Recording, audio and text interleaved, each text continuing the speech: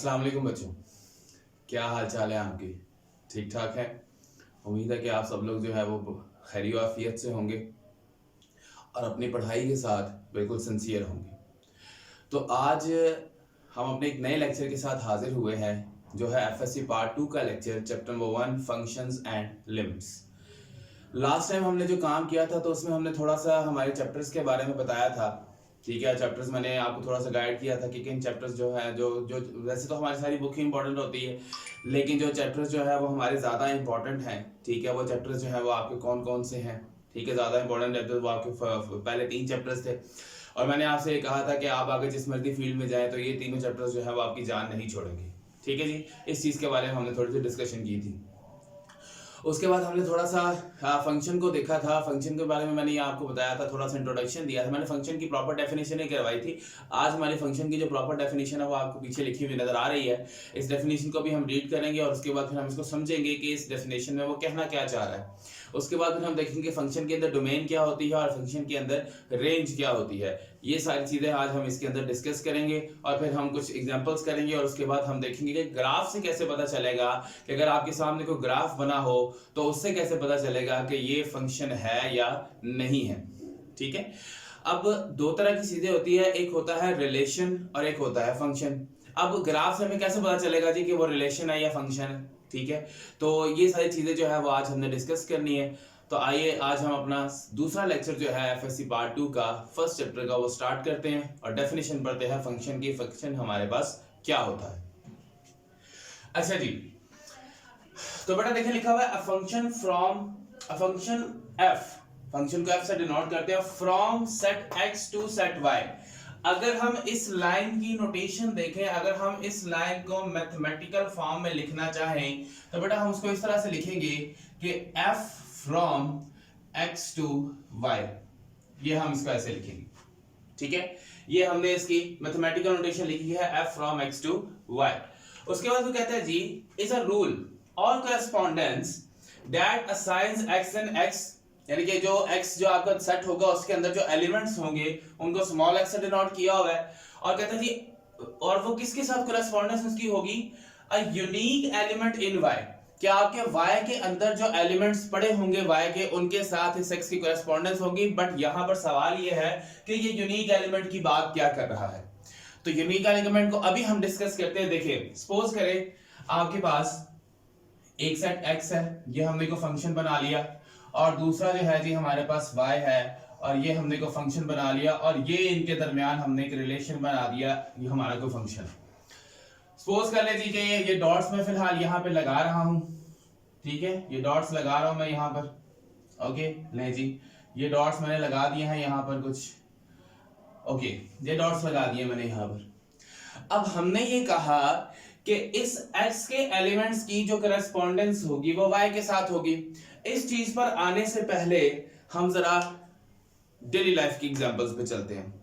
Suppose दो आपके पास दो बंदे हैं, ओके, टू मेंस हैं, ओके, दो बंदे हैं या दो इंसान हैं। अब उन्होंने किसी शहर में जाना है। अब जाहिर सी बात है पाकिस्तान के अंदर बहुत सारे शहर मौजूद हैं। ठीक है, अब इनमें दो सिचुएशंस हो सकती हैं। या तो दोनों बंदे जो है वो अलग अलग शहरों में चले जाएंगे, अलग अलग सिटीज में वो चले जाएंगे। एक किसी और सिटी में चला, एक सपोज के लाहौर में चला गया, गुजरावाला में चला गया। दूसरी सिचुएशन क्या है आपके पास? दूसरी सिचुएशन ये है कि आपके जो दोनों बंदे जो है या तो वो दोनों ही लाहौर में चले जाएंगे या तो वो दोनों ही क्या होंगे, गुजरावाला में चले जाएंगे। ऐसे ही होगा। क्या कभी ऐसा सुना है आपने कि एक बंदा जो है वो गुजरावाला में मौजूद है, वो लाहौर में मौजूद है, वो रावलपिंडी में मौजूद है, वो कराची में मौजूद है? ना, ऐसी बात तो हमने कभी नहीं कही। अब यहां से यूनिक की बात वाज़ेह हो रही है कि आपका जो x का एलिमेंट है वो y के अंदर पड़े हुए सिर्फ एक एलिमेंट के साथ कॉरेस्पॉन्डेंस कर सकता है, सिर्फ एक एलिमेंट के साथ रिलेशन बना सकता है। ऐसा नहीं होगा जैसे अगर हम यहां पे डिस्कशन करें। देखिए जी, यहां से हम बात करते हैं, हम कहते हैं जी कि आपके पास इसका रिलेशन यहां पे आ गया, इसका रिलेशन यहां पे आ गया, फिर हम कहते हैं जी इसका रिलेशन यहां पे है, फिर कहते हैं जी इसका रिलेशन यहां पे आ गया, इसका रिलेशन जो है वो यहां पे आ गया। ठीक है, ये इस तरीके से। अब सवाल यहां पर यह आ जाता है कि देखें, अब हमारे पास ये 2 स्टूडेंट्स हैं और ये आगे 2 स्कूल है, तो क्या है, या तो ये स्कूल में और ये स्कूल में जाएगा, या दोनों जो है वो एक ही स्कूल में चले जाएंगे। कोई ऐसा तो नहीं होता कि एक स्टूडेंट जो है वो दोनों स्कूल्स में जाए, नहीं ऐसा नहीं होगा। यानी कि एक ही यूनिक एलिमेंट के साथ वो करस्पॉन्डेंस करेगा, एक से ज्यादा एलिमेंट्स के साथ वो कभी भी करस्पॉन्डेंस नहीं करेगा। अगर ऐसा हो जाए किसी फंक्शन के अंदर कि आपको ये पता लग रहा हो कि जी आपका जो एक डोमेन जो है, क्योंकि हमने कहा कि जो हमारा एक्स सेट है वो डोमेन है, और ये जो वाई सेट है वो हमारी रेंज है। रेंज का दूसरा नाम बेटा होता है कोडोमेन, ठीक है। यानी कि हम ये कह सकते हैं कि एक एलिमेंट की, एक एक्स की, एक डोमेन की सिर्फ एक कोड डोमेन हो सकती है। हम कभी ये नहीं कह सकते कि हमारा ये एलिमेंट जो है, बल्कि ये जो एलिमेंट है ये इसके साथ भी है और ये इसके साथ भी है, ये बात हम कतई नहीं कह सकते, क्योंकि हमेशा याद रखना है कि 2 डोमेन्स की एक कोड डोमेन तो हो सकती है, लेकिन एक डोमेन की 2 कोड डोमेन्स नहीं हो सकती। इसको हमने डेली लाइफ एग्जांपल्स में हमने अभी डिस्कस कर लिया है कि अगर आपके पास 2 स्टूडेंट्स हैं, या तो वो अलग अलग स्कूल में जाएंगे या तो फिर दोनों एक ही स्कूल के अंदर जाएंगे, दोनों जो है वो अलग अलग नहीं जा सकते। और अगर कहीं ऐसा हो जाए कि आपके पास एक ऐसी डोमेन आ जाए जो किसी 2 कोड डोमेन्स के साथ मिल रही हो, तो फिर बेटा वो रिलेशन जो है वो आपका फंक्शन नहीं होगा, वो फिर कोई और रूल होगा। अदरवाइज फंक्शन में तो ऐसा नहीं होता। अगर ऐसा हो जाता है कि एक डोमेन किसी 2 कोड डोमेन्स के साथ जाकर मिल गई है, तो इट मींस कि वो फिर आपका फंक्शन नहीं होगा। Is that clear? ओके, तो यहां से हमारी इस यूनिक एलिमेंट की बात जो है वो काफी हद तक जो है वो वाज़ेह हो चुकी होगी कि यूनिक एलिमेंट का मतलब यही है कि जो डोमेन है उसका रेंज के अंदर सिर्फ और सिर्फ एक ही एलिमेंट के साथ कोरेस्पोंडेंस होगी, अदरवाइज उसके किसी भी एलिमेंट के साथ कोरेस्पोंडेंस नहीं होगी, सिवाय और सिर्फ एक ही एलिमेंट के साथ होगी। और दूसरा ये कि the set x is called the domain of f and the set y is called the range of f, y is equal to fx। Suppose करें हम एक क्वेश्चन लेते हैं, हम कहते हैं जी कि f of x is equal to x square plus 2। अब इस सारे फंक्शन के अंदर हमारी डोमेन क्या है? हमारी डोमेन है ये, क्योंकि हमने डोमेन को देना होता है इनपुट, और ये जो रेंज है या ये जो कोड डोमेन है ये हमारी क्या है? ये आउटपुट है। हम उसको इनपुट प्रोवाइड करेंगे तो हमारे पास आउटपुट आएगा ना, जब तक हम उसको इनपुट प्रोवाइड नहीं करेंगे तब तक हमारे पास आउटपुट कैसे आएगा? तो इस वजह से वो कहते हैं जी ये जो चीज है ये आपकी है जी डोमेन, और ये आपकी है जी इस वक्त कोड डोमेन। ठीक है जी, ये कोड डोमेन है आपकी। ओके, अब देखें जब तक हम यहां इनपुट नहीं देंगे, जब तक हम यहां x की कोई वैल्यू पुट नहीं करेंगे, तब तक हमारे पास इस कोड डोमेन का आंसर नहीं आएगा। सपोज कि हम कहते हैं जी कि हमारी जो डोमेन है जी वो 1 है, हम यहां 1 पुट करें तो f of 1 is equal to 1 square plus 2, then 1 square plus 2 1 plus 2, तो हमारे पास f1 क्या आ गया है जी? 3 आ गया। ठीक है, लेकिन क्या ये फंक्शन है? क्या ये फंक्शन नहीं है? तो फिर उसके लिए हमें कुछ थोड़ा सा आगे मजीद काम करना पड़ता है।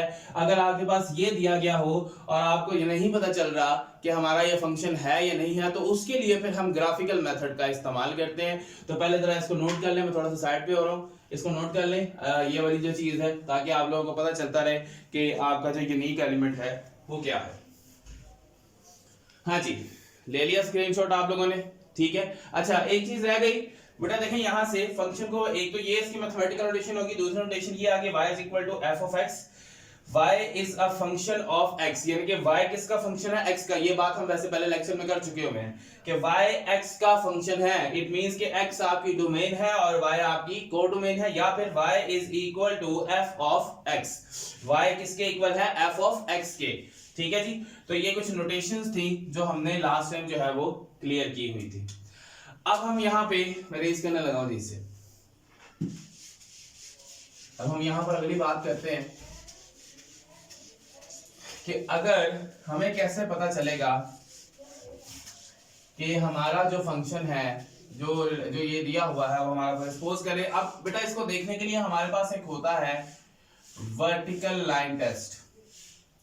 Vertical line test. इसमें हम करते क्या है, मुख्तलिफ फंक्शन हम यहाँ पे बनाते हैं। सपोज जी पहला हम बना देते हैं, हम पहले ग्राफ में बना देते हैं जी सर्कल, दूसरे ग्राफ में हम बना देते हैं जी ये सिर्फ एक सीधी सी लाइन बना देते हैं, तीसरे ग्राफ में हमको इस तरह से ग्राफ बना सकते हैं। ये को ग्राफ बना दिया हमने। लो जी, अब आप मुझे बताएं कि कैसे पता चलेगा कि ये फंक्शन है इन तीनों ग्राफ में से कौन सा फंक्शन है और कौन सा फंक्शन नहीं है। एक और ग्राफ हम यहाँ पे बना देते हैं कि यहाँ पे हम लिख देते हैं जी एक हम इस तरह का ग्राफ बना देते हैं। ओके, अब देखें, याद रखना है बेटा, ग्राफ से कैसे पता चलेगा। आपने क्या करना है कि जो भी ग्राफ आपने बनाया हुआ है आपने उसके ऊपर लगानी है एक वर्टिकल लाइन। अगर वो वर्टिकल लाइन ग्राफ के किसी भी पॉइंट में अगर दो पॉइंट्स पे टच कर जाती है तो इट मींस कि वो फंक्शन नहीं होगा।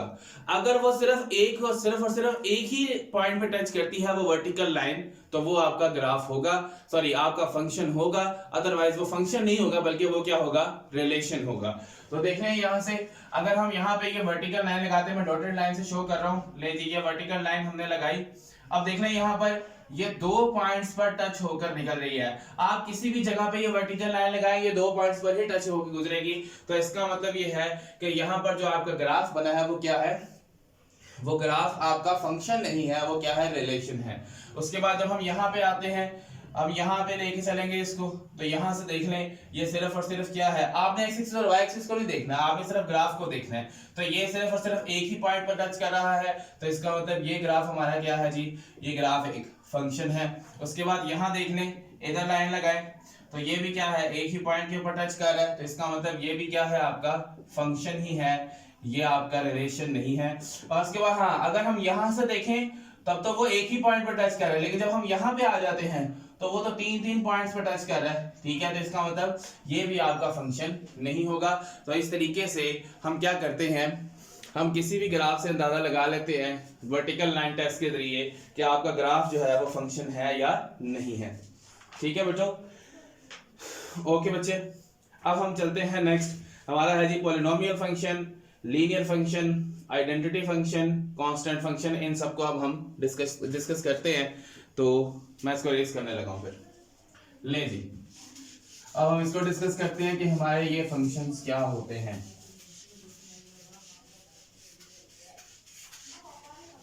ले जी, अब इसको डिस्कस करते हैं अब हम।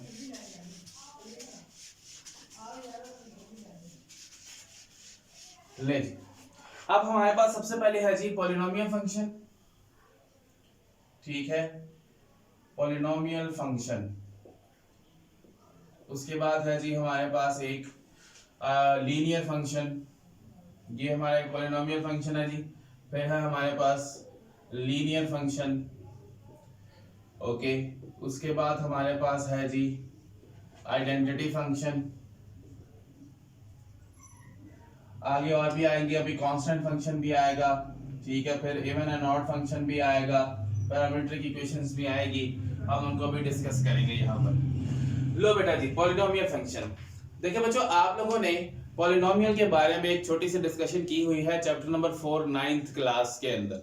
अगर आप लोगों को याद हो तो आपने इस पॉलिनोमियल की डिस्कशन में क्या कहा था कि आपका कोई भी अगर अलजेब्रिक एक्सप्रेशन होगा तो उसमें मौजूद वेरिएबल्स की जो पावर है या तो वो 0 होगी या फिर क्या होगी, वो एक कांस्टेंट नंबर होगी, यानी कि आपकी पॉजिटिव नंबर होगी। अगर आपके वेरिएबल की पावर को फ्रैक्शन में आ जाती है या नेगेटिविटी में आ जाती है तो इट मींस कि वो आपका पॉलिनोमियल नहीं होगा। तो इट मींस कि अगर आपका कोई फंक्शन जो है वो इस फॉर्म में आ जाता है, आपकी बुक के ऊपर सारी डेफिनेशंस लिखी हुई हैं, अगर ये फंक्शन इस फॉर्म में आ जाए x³ + x² + x + 1, या फिर फंक्शन इस फॉर्म में आ जाता है 2x⁵ + x³ + 4x + 1, तब भी ये क्या है, एक पॉलिनोमियल फंक्शन है। बट अगर इस तरह से आ जाए कि f(x) = 2x⁻⁵ या फिर x⁻1/2 या फिर 4x = 1, इस तरह से अगर आ जाता है तो ये जो आपका अलजेब्रिक एक्सप्रेशन है, ये अलजेब्रिक एक्सप्रेशन तो है लेकिन ये आपका पॉलिनोमियल नहीं है, बल्कि ये वाला और ये वाला फंक्शन जो है वो आपका पॉलिनोमियल है। ठीक है जी, ये आपका पॉलिनोमियल होगा। उसके बाद अगर हम बात करें लीनियर फंक्शन की, तो बेटा लीनियर में तो मसला ये है, वो कहता है जी कि इसके अंदर जो भी एक्सप्रेशन आएगा उसमें वेरिएबल की जो हाईएस्ट पावर होगी वो हमेशा यहाँ पर 1 होगी। वेरिएबल की हाईएस्ट पावर 1 होगी। For example fx is equal to ax plus b, another example fx is equal to 2x plus 5, another example fx is equal to x plus 1। तो इस तरीके का जो भी फंक्शन होगा उसकी जो पावर है वो आपकी 1 होगी, और हाईएस्ट पावर अगर 1 होगी तो इसका मतलब ये है कि वो फंक्शन आपका लीनियर फंक्शन होगा। ठीक है बच्चों, तो हमने क्या पढ़ लिया। अब एक चीज इसमें रह गई है पॉलिनोमियल फंक्शन में। पॉलिनोमियल फंक्शन में एक चीज ये है कि अगर हमारे पास यहाँ पर आ जाता है कि ये पॉलिनोमियल फंक्शन है, ठीक है, पता चल गया, लेकिन इसके अंदर हमें ये पता है कि वेरिएबल के साथ कोई भी चीज, कोई भी कांस्टेंट जुड़ा हो तो वो आपका क्या होता है, वो फंक्शन आपका वो होता है जी कोएफिशिएंट। अब यहाँ पर पॉलिनोमियल को देख के भी एक वर्ड होता है लीडिंग कोएफिशिएंट कौन सा है।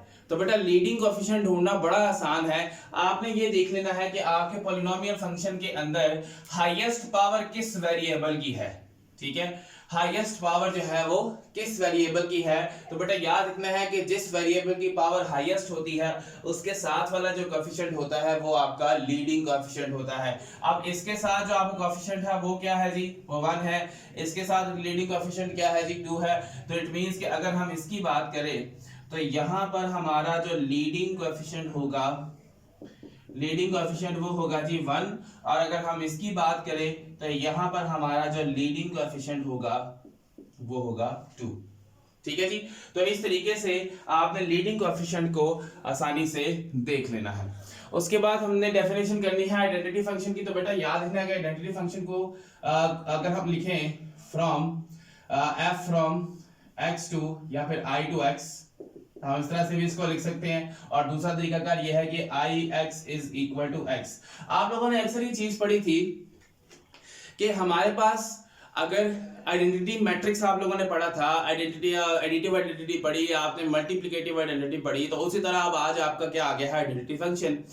हमने मैट्रिक्स में क्या पढ़ा था कि अगर किसी मैट्रिक्स को आइडेंटिटी मैट्रिक्स के साथ मल्टीप्लाई किया जाए तो वही मैट्रिक्स आ जाता है। फिर हमने क्या पढ़ा था एडिटिव आइडेंटिटी में कि हमारे पास अगर कोई नंबर हो तो उसके अंदर एक ऐसा नंबर ऐड किया जाए तो हमारे पास वही नंबर आ जाए। उसके बाद हमने बात की थी एडिटिव आइडेंटिटी की होगी। उसके बाद मल्टीप्लिकेटिव आइडेंटिटी, किसी नंबर को एक ऐसे नंबर के साथ मल्टीप्लाई किया जाए तो उसका आंसर जो है वही नंबर आ जाए, तो वो आपकी एडिटिव आइडेंटिटी और मल्टीप्लिकेटिव आइडेंटिटी होती थी। उसी तरह आपका आइडेंटिटी फंक्शन है, तो इसके साथ भी हम कोई अगर ऐसा फंक्शन मल्टीप्लाई करें कि आंसर हमारा वही फंक्शन आ जाए, ठीक है, तो इसका मतलब ये आपका कौन सा फंक्शन होगा, आपका आइडेंटिटी फंक्शन होगा। लेकिन उसके बाद अगर हम बात करें यहां पर कांस्टेंट फंक्शन की, ठीक है, तो कांस्टेंट फंक्शन की बड़ी सिंपल सी बात है। वो कहता है जी कि एक ऐसा फंक्शन जिसमें आपका जो कोई भी आंसर यहां पर होगा वो एक कांस्टेंट नंबर होगा।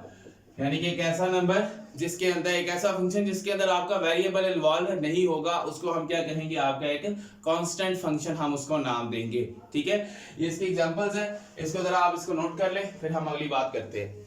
अगली बात हमारी अगली बात हमारी होगी वो होगी हमारे पास रैशनल फंक्शन की। फिर हमारे पास कुछ ट्रिग्नोमेट्रिक फंक्शंस की डोमेन्स और रेंज आएंगी, उसको हम देखते हैं। तो पहले बेटा जरा यहां से देख लें, आइडेंटिटी फंक्शन जो है वो आपका यहां से होगा i from x to x। ये x टू x लिखा भी इस वजह से ही हुआ है क्योंकि जब ये आगे जाएगा मतलब इसके साथ जो भी फंक्शन मल्टीप्लाई करेगा तो हमारा आंसर वही आएगा। और जो हमारा कांस्टेंट फंक्शन है उसके लिए हमारे पास यहां पर लिखा गया है c from x to y। तो ये बुक हमारे पास हाथ में है, तो हम अभी हम इसकी कुछ एग्जांपल्स करेंगे। पहले हम जरा रैशनल फ्रैक्शन को डिस्कस कर लें कि वो क्या होता है, उसके बाद फिर हम आगे लेकर चलेंगे इसको। ठीक है, तो चले मैं इसको रेज कर रहा ले, इसको हम रेज कर रहे हैं। अच्छा जी, लेकिन नेक्स्ट जो है वो आपके पास है जी, वो है जी rational expression. I think so यही है हमारा, हाँ जी, रैशनल फंक्शन है जी, रैशनल फंक्शन। ले जी बेटा जी, रैशनल फंक्शन हमारा कब होता है, ठीक है, ये हमने देखना है। आप लोगों ने रैशनल नंबर्स के बारे में पढ़ा होगा कि एक ऐसे नंबर जिनको हम पी बाय क्यू फॉर्म में लिख सके, ठीक है। तो यहाँ पर भी कुछ ऐसे ही है कि हमें हमारी पहली कंडीशन क्या है कि हम उसको पी बाय क्यू फॉर्म में हम उसको लिख सकते हैं। यहाँ पे उसने जरा पी एक्स और क्यू एक्स की फॉर्म में लिख दिया, तो उससे कोई मसला नहीं है, P x over Q x की फॉर्म में हमने इसको लिखना है। दूसरी कंडीशन हमारी क्या थी कि नीचे वाला जो हमारा क्यू एक्स है वो जीरो के इक्वल नहीं होना चाहिए, क्योंकि अगर वो जीरो के इक्वल होगा तो समथिंग ओवर जीरो क्या होता है जी, समथिंग ओवर जीरो हमारा होता है जी इन्फिनिटी, ठीक है।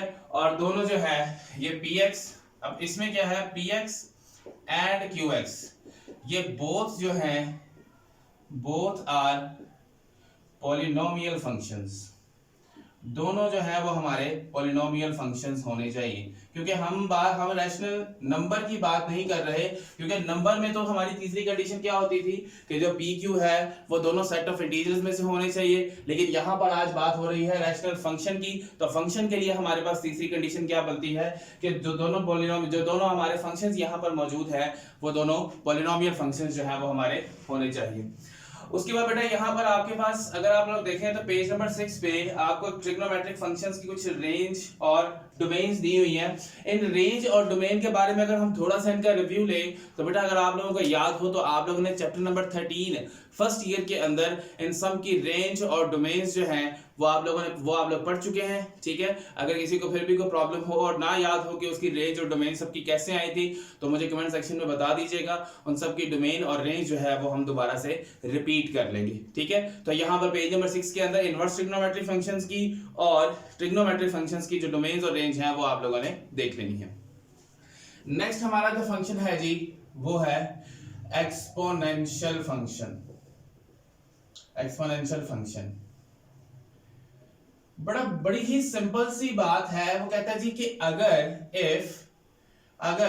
आपका जो एक्सपोनेंट है, अगर आपका एक्सपोनेंट पावर में आ जाए, अगर किसी भी फंक्शन में आपका एक्सपोनेंट जो है वो पावर में आ जाए तो उसको हम क्या कहते हैं, एक्सपोनेंशियल फंक्शन कहते हैं। सपोज के y is equal to e power ax, अब ये x क्या आ गया है, ये आपका फंक्शन में आ गया है, सॉरी पावर में आ गया है। उसके बाद अगर हम लिखें y is equal to 2 power x plus 1 plus 5, तो इस तरह से ये भी क्या है, ये दोबारा से किस में आया हुआ है, हमारा एक्सपोनेंशियल फंक्शन है ये हमारा, क्योंकि हमारा जो एक्सपोनेंट है वो पावर में आ चुका है। तो जब भी आपका एक्सपोनेंट पावर में आ जाता है तो उसको हम क्या कहते हैं, एक्सपोनेंशियल फंक्शन का नाम देते हैं। नेक्स्ट फंक्शन है आपका जी लॉगरिथमिक फंक्शन।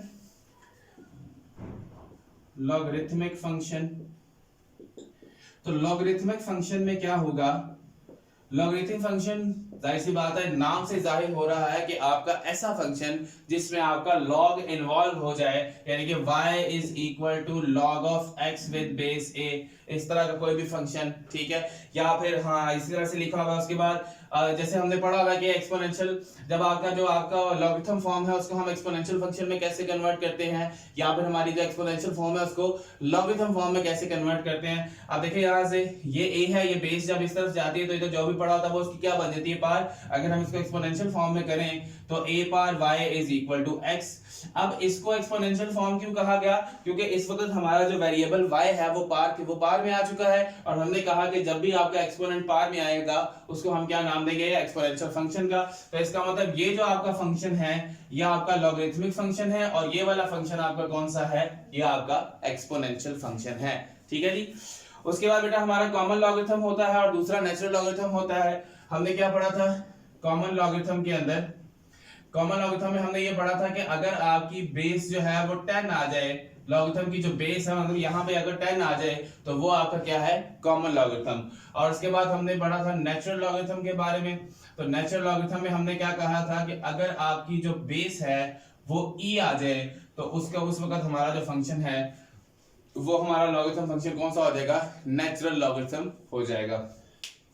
तो अब ये थोड़ा सा देख ले, रैशनल फंक्शन क्या कहता है कि p बाय q की फॉर्म में हो, दूसरा जो नीचे वाला q है वो 0 के इक्वल ना हो, और तीसरा ये कि px और qx जो है वो दोनों क्या हो, पॉलिनोमियल फंक्शंस हो। लेकिन अगर हम रैशनल नंबर की बात करें तो उसमें तो ये दोनों हैं लेकिन उसमें x नहीं है। x क्या शो कर रहा है कि ये हमारा पॉलिनोमियल फंक्शन हो।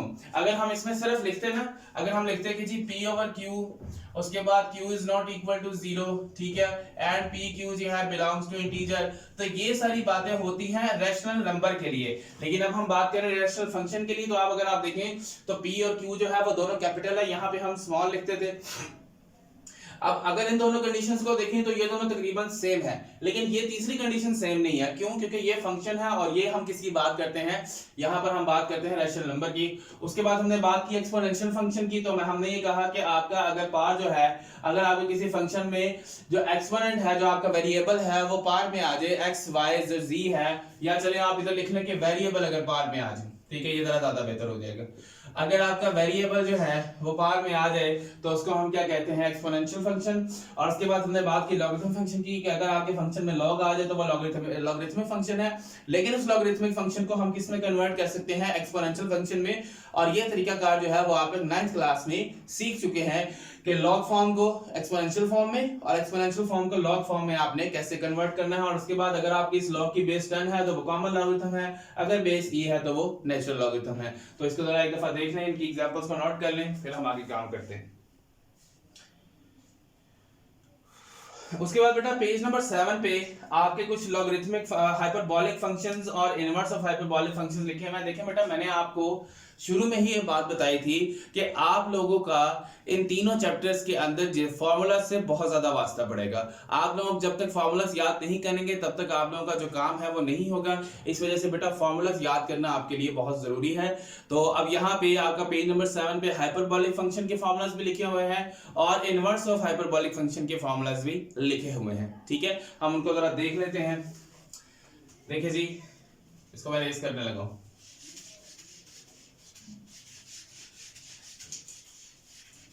अब देखिए, मैं यहाँ पे कुछ फॉर्मूलास आपको सिर्फ लिख के थोड़ा सा समझा देता हूँ कि यहाँ पर हमारे पास जो साइन हाइपरबोलिक x का फॉर्मूला लिखा हुआ है वो है 1/2 e power x minus e power minus x। उसके बाद cos हाइपरबोलिक x का जो फॉर्मूला लिखा है वो है जी 1/2 e power x plus e power minus x। और देन हमने tan का फॉर्मूला निकालना है। तो बेटा tan का फॉर्मूला क्या होता है जी, sine hyperbolic x over cos hyperbolic x। अगर हम यहाँ पर फॉर्मूलास पुट करें तो बेटा ऊपर आ जाएगा 1/2 e power x minus e power minus x, और जब हम नीचे आ जाएंगे तो 1/2 e power x minus e power minus x। तो ये 1/2 से कैंसिल हो जाएगा। तो बेटा आपके पास tan हाइपरबोलिक x का फॉर्मूला क्या बचेगा, e power x minus e power minus x divided by e power x, sorry यहाँ पर आएगा प्लस, तो e power x plus e power minus x। तो ये किसका फॉर्मूला बन जाएगा, tan का। और उसी तरह जब आप कोट का फॉर्मूला करेंगे तो हमें ये पता है कि हमारा जो कोट है वो tan का रेसिप्रोकल है, तो इसका मतलब ये प्लस वाली ऊपर आ जाएगी और माइनस वाली वैल्यू नीचे चली जाएगी। उसी तरह जब आप इसका उलट करेंगे कोसिकेंट के लिए तो ये तमाम वैल्यू नीचे और 2 आपका ऊपर पहुंच जाएगा, ठीक है। जैसे हम यहाँ पे लिख के दिखा भी देते हैं। ये कैसे होगा, क्योंकि हमें ये पता है कि हमारे पास जो मेन ट्रिग्नोमेट्रिक फंक्शंस हैं उनके रिवर्स ट्रिग्नोमेट्रिक, इनके इनवर्स भी मौजूद हैं। तो अगर मैं इसका इनवर्स लिखता हूं तो बेटा ये आएगा cosecant hyperbolic x is equal to 2 ऊपर हो जाएगा e power x minus e power minus x नीचे, और उसके बाद बेटा cos का आ जाएगा सेकेंट हाइपरबोलिक x। तो इसी तरह से यहाँ पर भी होगा 2 ऊपर आ जाएगा और e power x plus e power minus x नीचे आ जाएगा। और अगर हम इसका पकड़ लें जी कोट का, cot hyperbolic x is equal to e power x plus e power minus x over यहाँ पे आ जाएगा e power x minus e power minus x। तो बेटा ये 6 के 6 ट्रिग्नोमेट्रिक फंक्शंस के हाइपरबोलिक फार्मूलाज हैं, ठीक है। तो हाइपरबोलिक फार्मूलाज आप लोगों ने याद रखने हैं। और उसके बाद इनके इसी पेज पे, पेज नंबर 7 पे नीचे जो है वो इनवर्स ट्रिग्नोमेट्रिक के फार्मूलाज भी यहाँ पर मौजूद हैं, ठीक है। अब बेटा कुछ फंक्शंस हमारे पास रह गए हैं, ठीक है। वो है जी explicit, implicit, parametric, even and odd function. तो इसके बारे में इंशाल्लाह हम नेक्स्ट लेक्चर में बात करेंगे और उसके साथ साथ हम अपनी एक्सरसाइज की तरफ भी मूव करेंगे और इसमें हम एग्जांपल्स भी जो है वो साथ साथ लेकर चलते रहेंगे, ठीक है। तो ये जरा देख लीजिएगा, इसको आप लोगों ने देख लेना कि ये कैसे बन रहे हैं फॉर्मूलास, ठीक है। इनकी डोमेन और रेंज के बारे में हम डिस्कशन करेंगे अगले लेक्चर के अंदर। और बाकी जो मैंने आपसे कहा पेज जो आपका चैप्टर नंबर 13 है फर्स्ट ईयर के अंदर, उसमें भी साइन और कोज की और बाकी जितने भी ट्रिग्नोमेट्रिक फंक्शंस हैं उनकी रेंज और डोमेन्स जो है वो किस तरह से निकाली गई हैं वो सारी वहां पर दी गई हुई हैं। तो वहां से आप एक दफा देख लेना है, अगर आपको समझ आ जाए तो वेल एंड गुड, अगर समझ ना आए तो बेटा आप लोगों ने मुझे कमेंट सेक्शन में बता देना है कि सर हमें वो डोमेन और रेंज समझा दे, sine cos tan cosecant secant और कोट की, तो फिर हम उसको डिस्कस कर लेंगे, उसका हम एक अलग से लेक्चर बना लेंगे। ठीक है, तो उम्मीद करता हूँ आपको समझ आई होगी। ठीक है जी, make sure you like share and subscribe so that you get notifications. अपना ख्याल रखिएगा, अल्लाह हाफिज़।